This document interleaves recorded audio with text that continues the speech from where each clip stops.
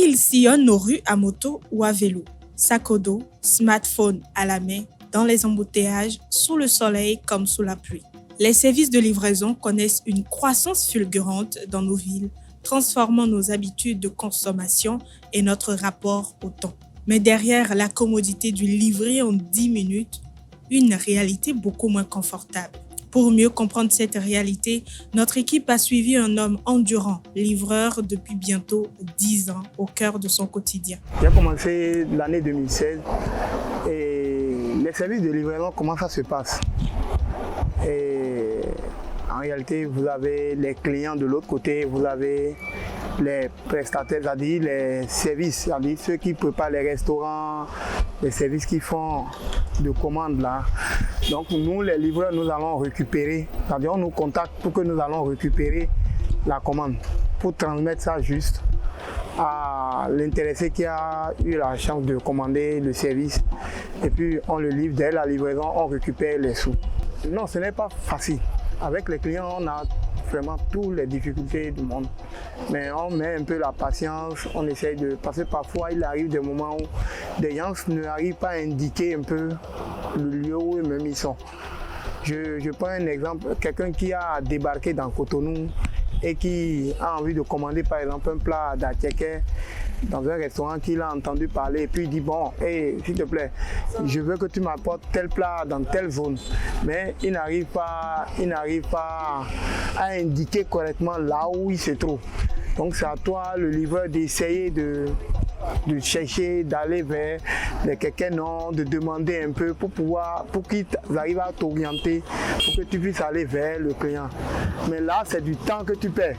Mais là, quand tu viens là-bas, peut-être que le repas, la commande du client a pris un petit coup, il est fâché. Donc tout ça là, c'est à nous vraiment de gérer, d'essayer de trouver le mécanisme, comment faire pour que le client et nous, on puisse s'entendre pour continuer par travailler encore. Que ce soit entre les embouteillages, les adresses parfois imprécises ou encore la pression du temps, chaque course est un défi. Si pour les livreurs, l'activité demande endurance et vigilance, pour les clients, la livraison est synonyme de confort et de gain de temps. Les services de livraison, oui. Ça arrive que je les utilise.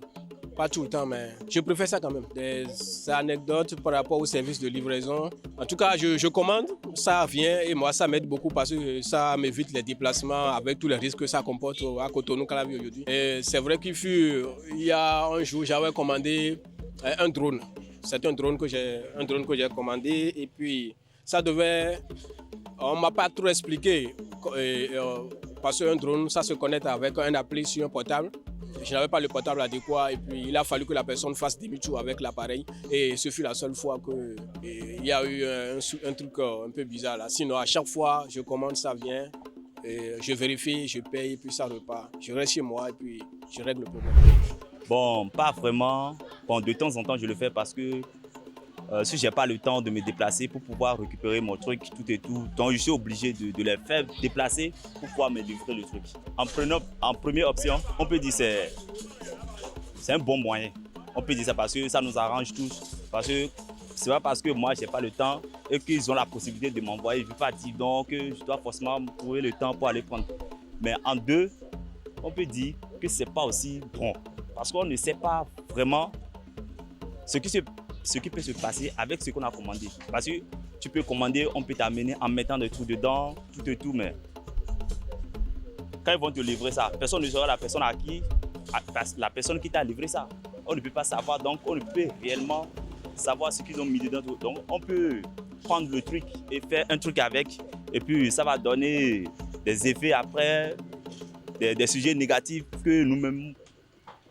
Bon, il fut un temps, j'ai commandé à manger à un restaurant par exemple, tout et tout, mais la première fois c'était à l'heure, c'était venu, c'était bien, mais la deuxième fois franchement j'ai pas trop aimé de l'organisation, c'est-à-dire la production du repas, j'ai pas trop aimé. J'ai pas trop aimé. Oui, c'est arrivé. Mais on peut dire aussi que le livreur, peut-être, il a fait basculer le repas ou bien fait des trucs. Bon, donc on ne saura l'expliquer si c'est le restaurant ou bien c'est le livreur qui a en réalité. Oui. J'utilise les services de livraison. Oui, exactement. Nous sommes en Afrique, précisément au Bénin. Donc, il y aura forcément ces trucs de décalage en fait. Sinon, moi personnellement, je pense que c'est bon parce que parfois, moi personnellement, je suis parfois occupé par rapport à mes activités et tout. Donc, je pense que ce service-là me permet de gagner beaucoup plus de temps. Il suffit seulement qu'il y ait confiance envers ces livreurs-là et le rôle est joué en fait. Non. En tout cas, pour moi, tout se passe toujours bien, honnêtement. Entre opportunités économiques et conditions de travail exigeantes, la livraison à domicile s'impose comme un nouveau pilier de la vie urbaine, posant aussi la question de la régularisation et de la protection des acteurs du secteur. D'ici à là, toi, tu vas me prendre 700 ou bien 1000 francs. Non, c'est trop aussi, tu savais. Bon, on vit toutes ces difficultés-là. C'est-à-dire des gens ont du mal à payer pour le service. D'abord, nous, ici, surtout le Béninois, on a des difficultés à payer pour ce genre de service-là. Ce qui fait que c'est difficile. Tu es obligé de faire beaucoup de livraisons pour pouvoir gagner le minimum. Vous voyez un peu. Sinon ailleurs, d'après ce que les gens disent ailleurs, c'est plus mieux que tel que ça se passe ici. Mais c'est dans ça on se bat, on essaye de se battre, d'aller dans tous les sens pour quand même joindre les deux bouts. Sinon que le service de livraison, ce n'est pas facile, mais ça peut nourrir son homme. C'est-à-dire l'homme peut se nourrir à travers cette activité-là. Et pourquoi la demande, c'est-à-dire la demande est devenue plus forte? Au début, quand on a commencé en 2016, c'est vrai qu'on n'avait pas entamé, vu la politique que le gouvernement d'alors a mis en place, c'est-à-dire n'avait pas permis à ce que cette activité-là se développe du coup. Puisque depuis que ce régime, c'est-à-dire la politique de ce régime, ceux qui sont en place aujourd'hui, sont revenus, ils ont mis tout en ligne, ils ont commencé par, c'est-à-dire permettre à ce que tout soit sur le numérique là. Ça fait qu'aujourd'hui, la plupart des choses, ça se fait en ligne. Et les gens trouvent la facilité pour eux de rester chez eux et avoir tous les services qu'ils veulent. Donc, ils ont commencé par prendre goût à ça. Ça, c'est le premier facteur. Le deuxième facteur, il y a l'heure de pause qui a été changée par le régime et qui a fait qu'aujourd'hui, les fonctionnaires, ils sortent à midi 30 et ils reprennent à 14h30. Donc, les 1h30 de pause là ne leur permet pas de pouvoir se quitter, se déplacer, aller, c'est-à-dire manger. Ils n'ont pas plus de temps pour aller manger, donc ils préfèrent les services de livraison. Ce qui a fait que cette activité a commencé par s'accroître et puis ça a pris un ampleur.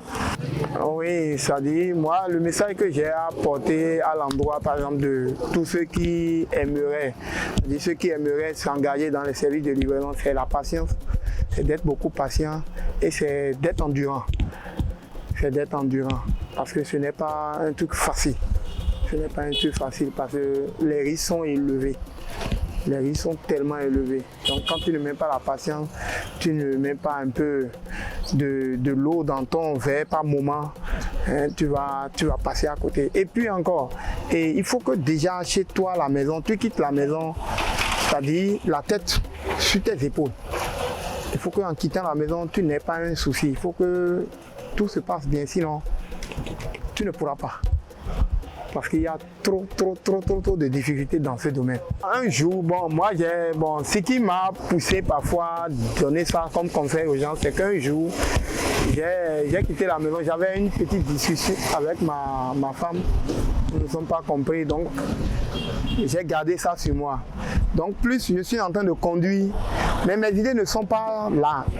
Et de justesse, j'ai failli faire un accident. Juste parce que je n'étais pas en moi. Or, la conduite, ce n'est pas la joie. Donc Dieu m'a peut-être sauvé, Dieu m'a aidé, j'ai évité ça. Mais depuis ce jour, quand je quitte la maison, j'ai ma tête sur mes épaules. Plus rien derrière, quoi. C'est les objectifs. Et j'avance. La livraison à domicile crée de l'emploi, c'est un fait. Un métier en mouvement au rythme de la ville et de ses besoins. Cependant, elle pose aussi une question essentielle. Peut-on parler de progrès quand la rapidité se fait au détriment de la sécurité et de la dignité? Par rapport à ça, c'est-à-dire, plus la demande, c'est-à-dire un client qui nous appelle et qui nous commande et nous servons bien le client, on a 10 clients que nous gagnons derrière.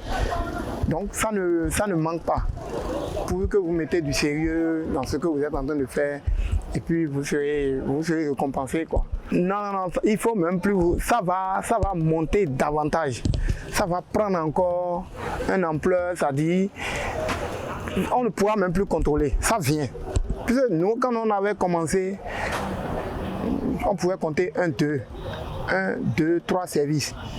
Mais aujourd'hui, ça commence à rentrer dans le comportement du Béninois. Le Béninois se dit, bon, le service de livraison. Donc, c'est en train aussi de remplacer les kékénos en quelque sorte. Les émigrants, là, c'est en train de... C'est pratiquement la même chose. Donc c'est ça va encore s'accroître. Nous fixons les prix à travers les zones, c'est-à-dire de la zone d'où nous partons.